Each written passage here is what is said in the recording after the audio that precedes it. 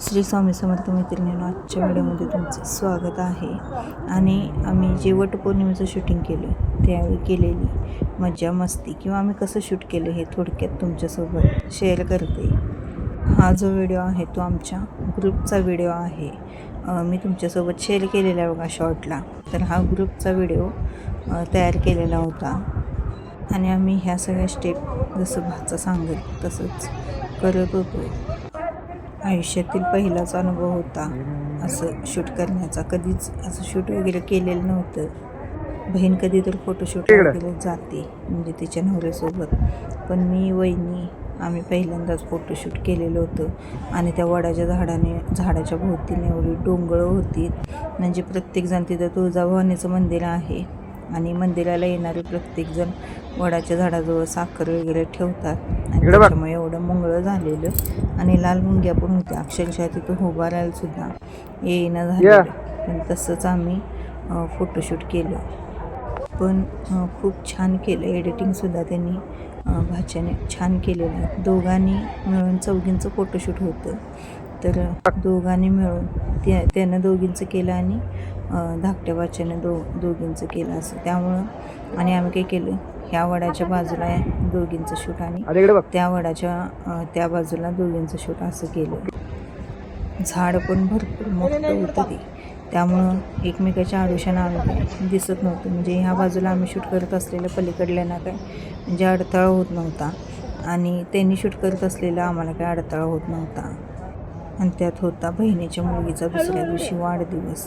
तर तिचंसुद्धा थोडंसं फोटोशूट करायचं होतं. त्यामुळं मग जवळजवळ 5 जणींचं त्यांनी फोटोशूट केलं. आणि त्यात गोंधळ असा झालेला, यायला 4 वाजले सगळ्यांना. आणि तिथनं पुढे साहित्य आम्ही एकही गोळा करायला नव्हतं. आरतीची ताटं नव्हती, गजरं नव्हतं.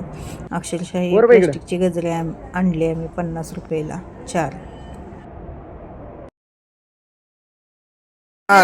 चालू केले बा जा.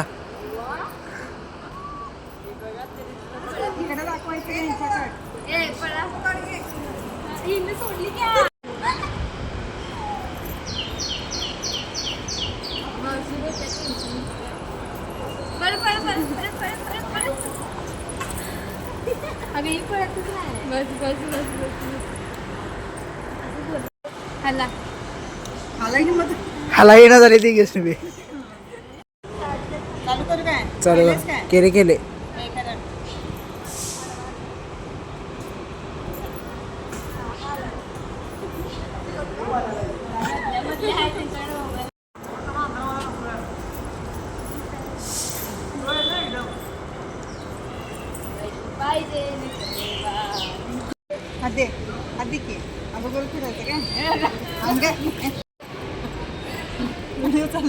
चालूच आहे.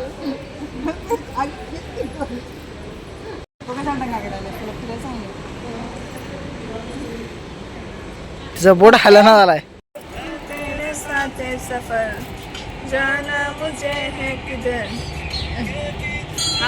बहिणीच्या मुलगीचा दुसऱ्या दिवशी वाढदिवस होता, त्यामुळे स्टेटसला ठेवायला फोटो सगळ्यांना पाहिजे. त्यामुळं तिच्यासोबत सगळ्यांनी फोटो काढले, जेणेकरून दुसऱ्या दिवशी स्टेटस ठेवताना बरं पडेल. तसेच दोन्ही भाच्यांसोबत मी, बहीण आणि आई असं सगळ्यांनी फोटो काढले. कारण अशा वेळेस आपण एकत्र येतो बघा. आणि असे काढलेले फोटो कधीतरी वाढदिवस वगैरे असला तर बरं पडतं.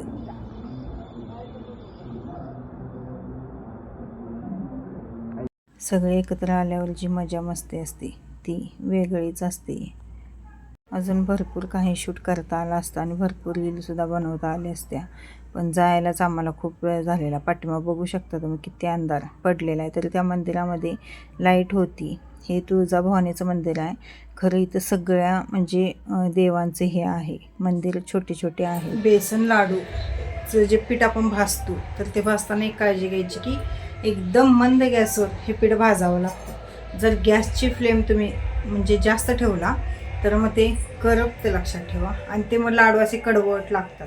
त्यामुळे आणि प्रमाण व्यवस्थित घ्यायचं. आता मी पातेल्याचं प्रमाण घेतलेलं, स्टीलचं मगाशी मी पातेलं दाखवलेलं बघा.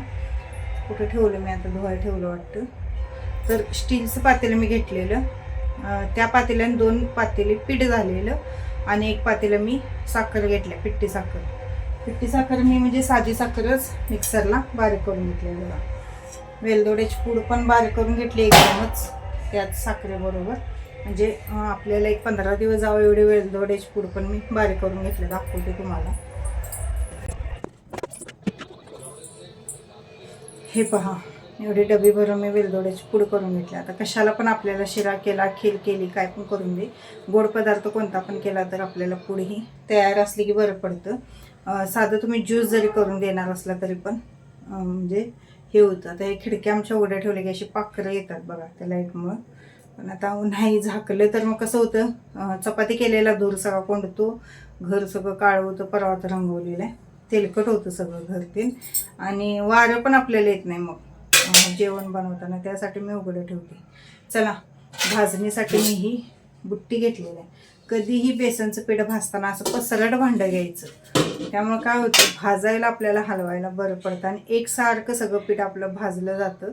त्यामुळं ही एक काळजी घ्यायची, बुट्टी किंवा कढई मोठी घ्यायची आणि शक्यतो जाड बुडाची असावी कढई किंवा बुट्टी. स्वयंपाक काय माझा होता त्यामुळे चपात्या तेवढ्या नव्हत्या, चपात्या तेवढ्या केल्या आणि म्हणजे लाडू आता भाजून ठेवणार, म्हणजे जेवूसपर्यंत आपलं ते मिश्रण जे आहे ते गार होतं. म्हणून आधी भाजून ठेवूया म्हटलं. आणि हे आपलं घरचं तूप, वास खूप छान येतो तुपाचा. आता मी लागल तसं तूप घालणार आहे. शक्यतो बेसनाच्या लाडवाला तूप जास्त लागतं.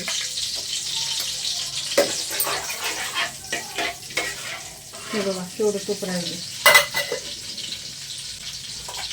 हे एवढं पीठ आहे आपलं.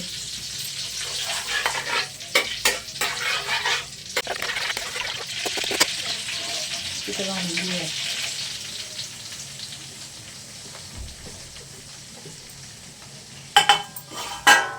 भाजताना मात्र व्यवस्थित पीठ भाजायचं आहे. आता गॅस बारीक करूया. तूप काढायसाठी मी गॅस मोठा ठेवलेला. एकदम मंद गॅसवर पिठाचा कलर असा लाल होऊसपर्यंत आपण भाजायचं व्यवस्थित.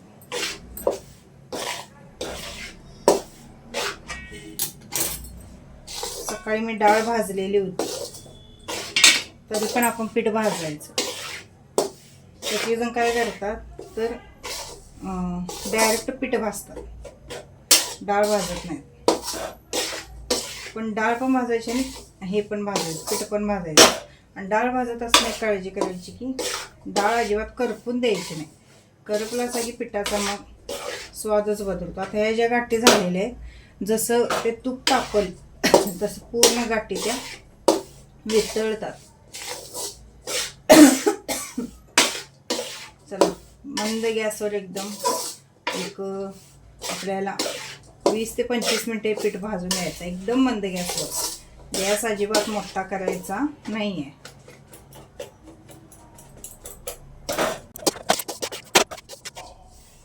आणि पीठ भाजून तसा वास खूप छान येतो याचा.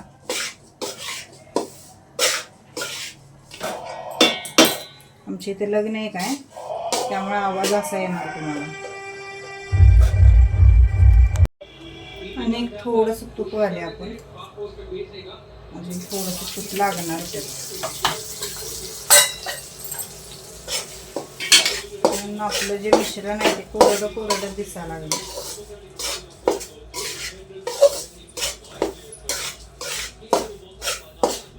लागेल तसं जरा जरा जरा तूप घालायचं, एकदम घालायचं नाही. जास्त झालं तरी पण मग लाडूचा आकार बदलतो सगळा. त्यामुळे एकदम जास्त पण घालायचं नाही आणि एकदम कमी पण घालायचं नाही.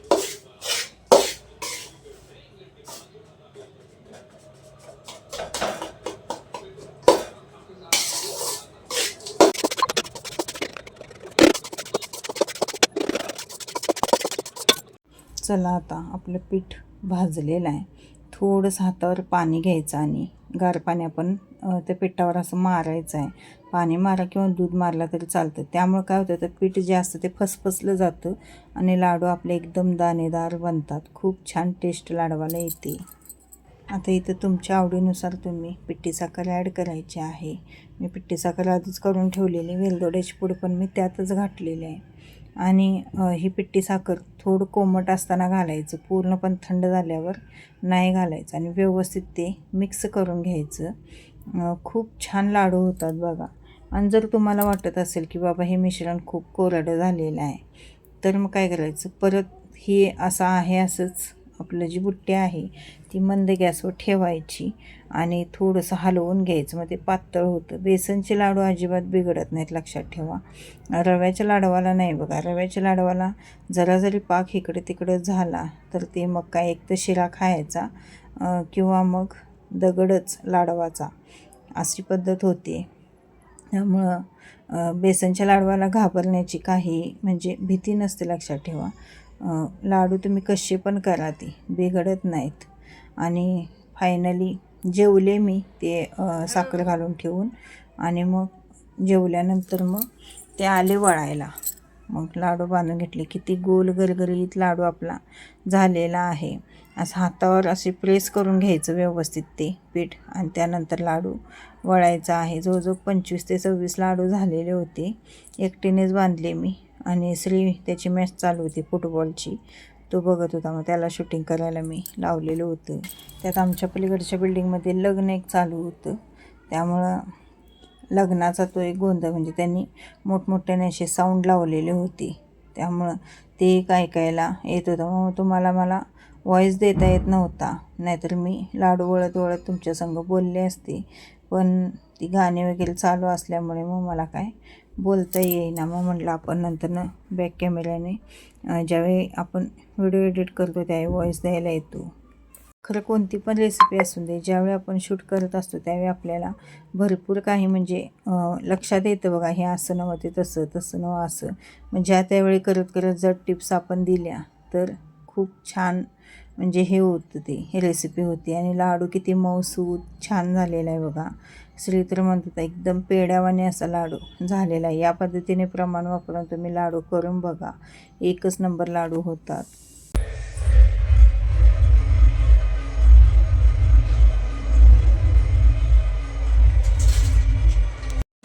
तूप दाखवते मी केवढं राहिली. म्हणजे विचार करू शकतात बेसन लाडूला तूप केवढं लागतं.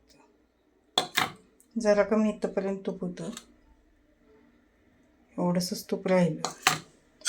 बेसन लाडूला तूप भरपूर लागतं. सगळं आवरलेलं मी आता झोपणार आहे. वाजलेले 11:30. सगळं आवरायला 11:30 वाजले.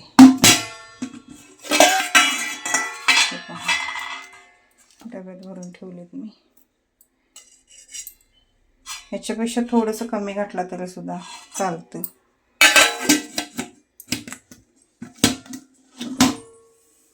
अंतराळच ठेवायला पाहिजे, नाहीतर मुंग्या व्हायच्या.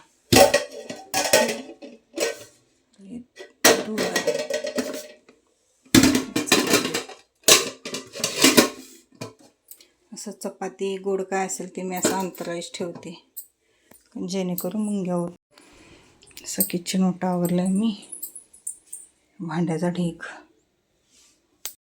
25 लाडू झालेले आहेत. 25 ते 26 लाडू झालेले आहेत, कारण आधीमध्ये श्री खात होता, त्यामुळं 25 ते 26 लाडू झालेले आहेत बघा.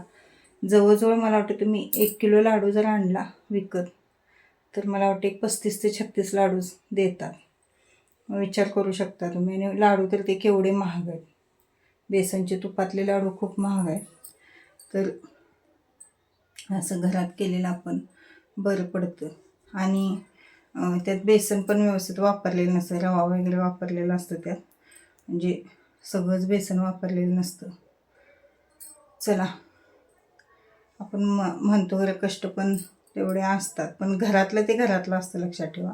आपण घरात करून खाल्लेलं म्हणजे ते वेगळंच आणि बाहेरचं विकत आणलेलं ते वेगळंच. घरगुती म्हणले कशाला, घरगुती तूप, परत आपण घरगुती बनवलेले लाडू. झोप असली वाईट आल्या. अजून हे यायचे, ते येतील आता 10 मिनटात येतील. प्यायला पाणी वगैरे घेते बाहेर. रात्रीनं उठून ताण लागते, ते इकडं आत येण्यापेक्षा बाहेरच पाणी वगैरे घेऊन ठेवलेलं असतं. चला, गुड नाईट सर्वांना.